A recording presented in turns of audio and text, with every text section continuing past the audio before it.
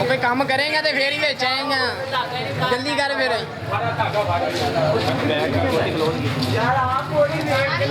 मैं अभी पीछे आ जाता मैं क्लोज तक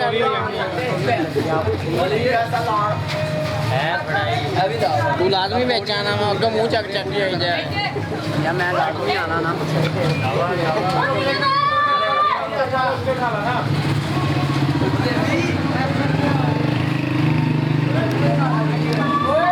चक रख उत्ते उत्ते चक रख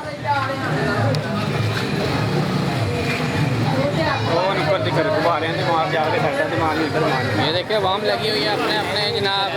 जाने के लिए कोई मोटरसाइकिल नहीं है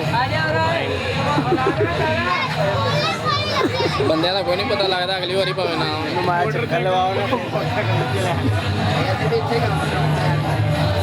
भाई झटका लवाओ ना फनी क्लिप करेंगे शायद कोई आ जाए बिच इंजी घूम जी इन्होंने दोवों की सेट